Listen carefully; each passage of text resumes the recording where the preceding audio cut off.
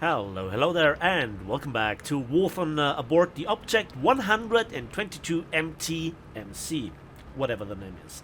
And it is an 8.3 Chinese rank 6 squadron activity reward tank. And to be honest, it fits perfectly in the lineup. There is as premiums already the WMA 301 with high mobility. There is the good old T62 number 545, which is a T62. Then there is the T69 2G, and you already have then 4 8.3 tanks. You already have in the tech tree also the PGZ09, the CM25, and for lower battle ratings the PTL02, and to a certain degree the Type 69 can also be used effectively, as well as the ZTZ59A. So there are quite a lot of tanks you can combine this tank with, and that's quite useful. And I think that it plays a little bit by the rules. Let's quickly talk about the tank, because hull-wise it's actually a little bit of a tragedy at 8.3. It is a 100mm plate at the front at 67 degrees, so that would be decent versus a long 88. Maybe even a 128, but HEATFS and also APFSDS will go right through these tanks, upper and lower glacis. There is no era, there is no spaced armor, it's just steel. The sight is then also 80mm. That's for a main battle tank at this battle rating, way better than the Western MBTs, but don't think about angling. And then the turret is, well, it can be bouncy, but everybody is shooting at your gun breech in the first place, and then your gun breech is knocked out. And you have a relatively high forehead, if that makes sense, with relatively prominent cupolas, not M48 cupola style, but still decent enough. And then we have to talk about the mobility. A 650 horsepower strong engine for a 37.5 ton tank ain't the world's worst, but it's far from the best. Top speed is 55 kilometers an hour, and in reverse it's only 7.4. 7.4 isn't that terrible. There are much worse tanks around this battle rating in the Russian and the Chinese tech tree, so that is also a bit better than thought.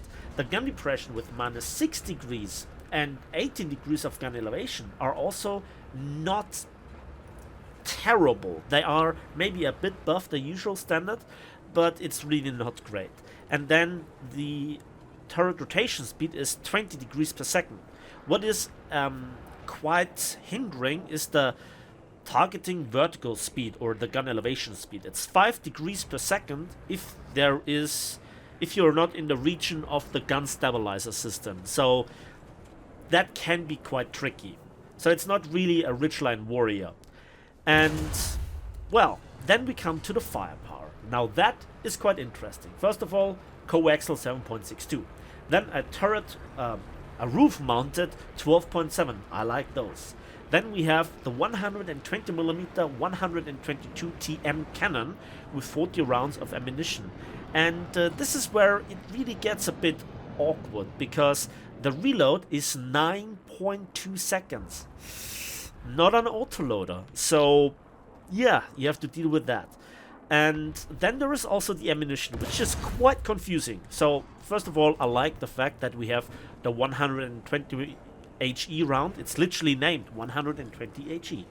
33 millimeters of penetration, and with a muzzle velocity of 940 meters per second, combined with the laser rangefinder, it's actually not that bad. But the actual Russian 125 millimeter guns, they just hit harder, right? So there is that. Then we have the heat round with 440 meters per second and 1000 meters per second muzzle velocity. Again, not too shabby, but not up to Western standards when it comes to the 120s with 480 and I think faster muzzle velocity. But I said it's something confusing, because the funny thing is the APFSDS rounds, because there are two. The first one is called the 121, and the second being 122. It's almost German, to be honest.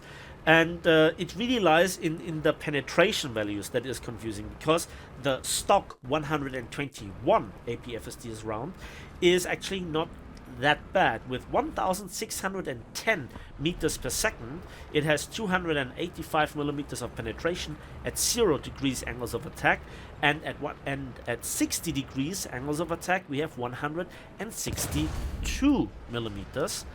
Whereas with the 122, which is also a tier 1 upgrade, has 350 millimeters at 0 degrees angles of attack and 135 at 60 degrees. So the stock one is better versus angled armor, which is much more relevant when you fight tanks at this battle rating. So take the stock round and take a few HE rounds and be done with it.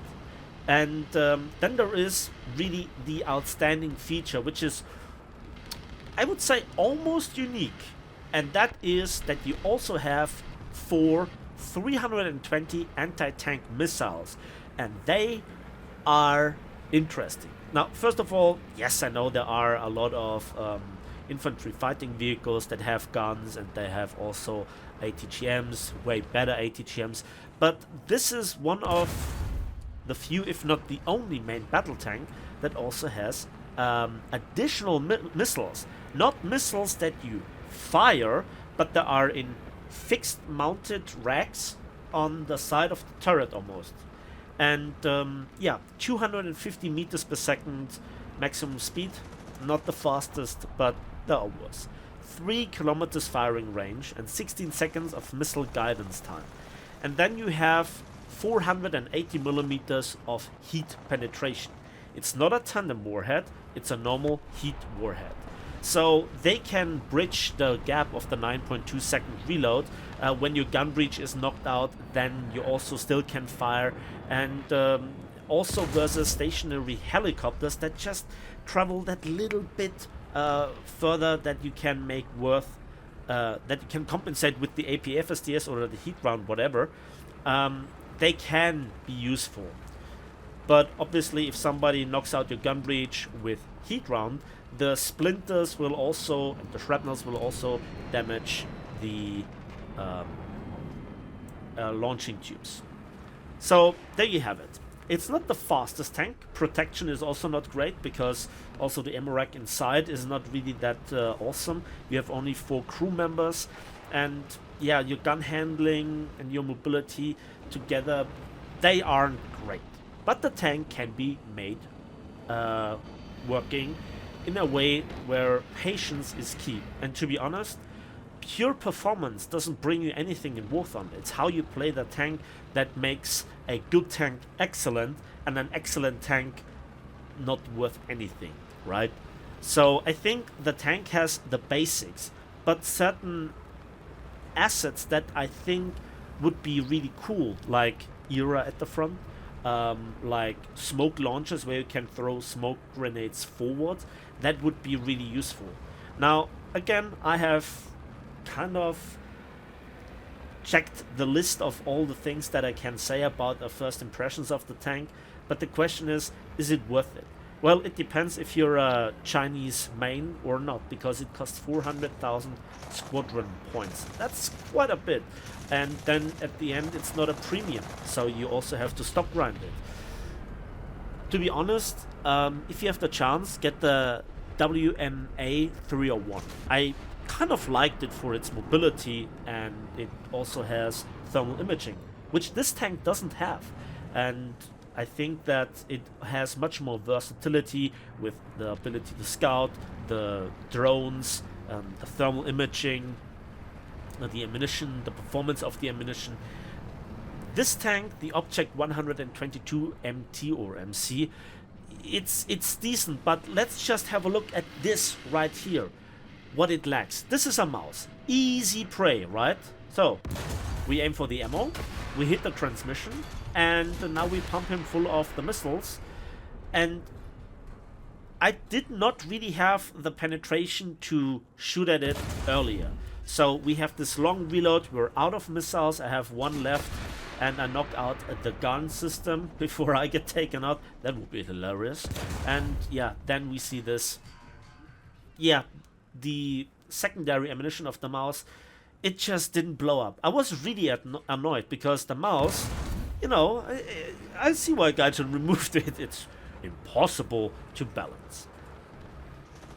But I think what the tank needs is a situation that, to be honest, doesn't occur that often. And that is, you need a map like this where you can maneuver around, where you can look for openings, where you have breathing space, where you have a little bit of min distance to the enemy. And to be honest, then the tank is not bad. But it's not really great, outstanding, or exciting. It's a tank that does the job. And to be honest, there are just so much better tanks in terms of gun performance, and that you can also make really work nicely at this battle rating.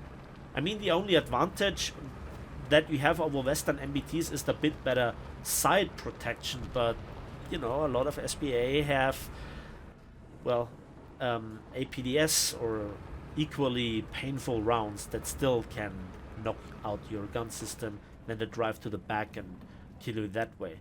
So it's definitely a mixed bag.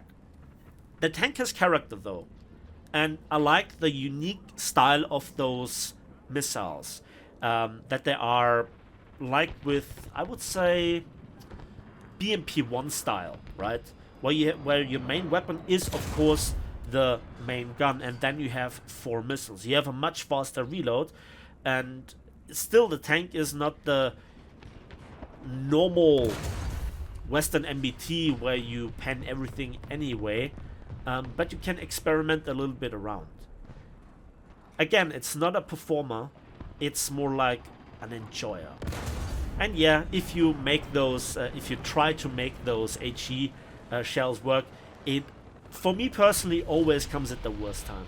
But honestly, I had this nice battle, and I thought that it shows the tank in a light where it's both representative but also decent.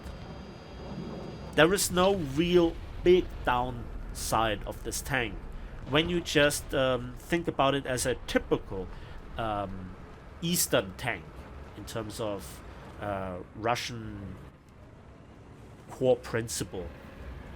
And then it excels maybe a little bit here and there, but it's not really excelling versus Western MBTs. It just doesn't. But that doesn't mean that it's pointless. On the other hand, as you can see, it doesn't bore me. It's just that when you kill something, it feels just a little bit sweeter than in your average Western MBT. And that's the nicest thing I can say about this tank. And 8 kills, 1 cap, and surviving, I take that. And it was not a city match, and it was not a night battle. And no helicopter harassed me. So, because of all the not so great things about ground forces weren't there, to be honest, I enjoyed this battle. Maybe I'm just also getting old. I don't know. But I liked it. And that's it for me today. So thanks for watching. Thanks for listening. Let me know in the comment section what you think about this tank.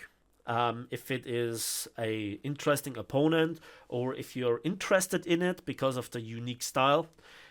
Is it pointless because of how powerful light tanks have become over the years? And what do you think about the cost? Again, let me know. Also, why not give this video a like, subscribe if you want to see more. For you, it's just a couple of clicks. For me, it means the world. And as usual, we will see each other on the waves in the skies and on the battlefields of War Thunder.